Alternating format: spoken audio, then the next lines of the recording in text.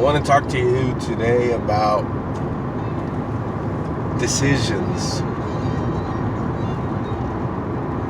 When it comes to decisions, you have to have a clear, concise thought frame of where you are going and why you're doing what you're doing. Because if you're not clear on what you want in this life, someone else will make those decisions for you. And I promise you, you're not going to like the outcome at all. When you're surrounded by a bunch of folks and decisions need to be made, you need to make sure that if there is a situation, in this case would be, we're going to call it a problem. If there is a problem, you need to address the problem along with a solution. If you're in a room full of like-minded individuals, meaning you're all headed in the same direction, and you're given the opportunity to make decisions for everyone else who's not present, then the goal here is to make sure that your voice is heard when it comes to the final decision. And too often all I see is groups of folks who argue amongst each other. And that is why it gets difficult to try to make anything work out in your favor. I used to believe that if you can be the loudest in the room, not only would you get your point across, but you will gain following. And then it clicked. You can be the loudest in the room, yes, if you have grace. That means that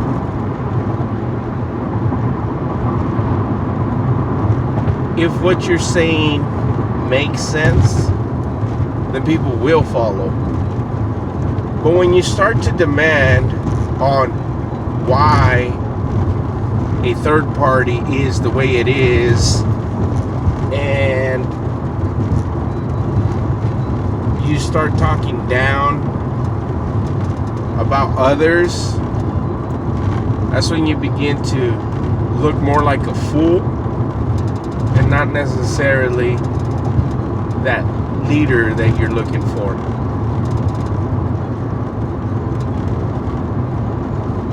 When you start addressing others with the mentality of that junior high thought frame, is when you begin to lose a lot of your audience. You need to make sure you address everybody with respect and dignity. And if you commend these traits, then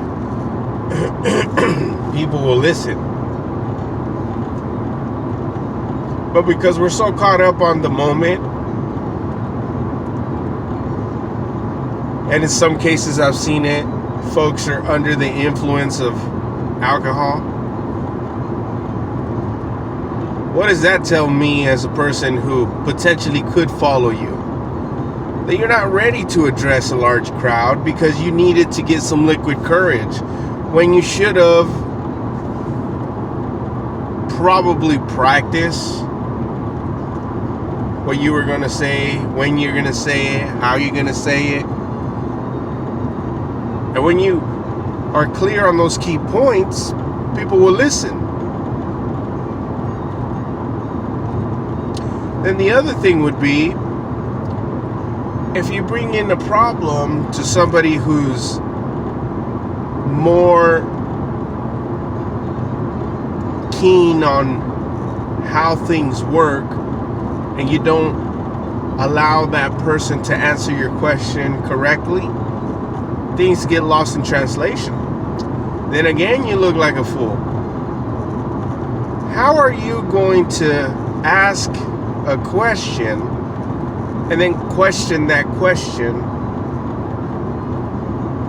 that person answered, whose specialty is getting you through that situation?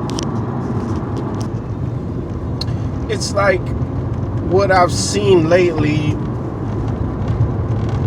People want to pick a fight, but they're asking for permission to pick a fight. Really? You're gonna ask for permission? You are a grown individual who should make decisions on your own. And you're asking for permission on decisions that can affect your daily living? Because if you're asking for permission, then I think you should have never left your house. You should have never started a family. You should have never started anything. You should have just continued to be a kid. Making decisions for yourself shows the world that you are ready for growth, that you are ready to stand on your own 2 feet, that you are ready. But when you don't do your due diligence as far as try to educate yourself in that subject, again, you come out looking like you're ignorant. So remember, learn to make decisions. And even if you make the wrong choices, it's okay. It's okay to miss your mark. It's okay to start over. It's okay to learn from that experience. Don't quit. Don't stop. Keep moving forward.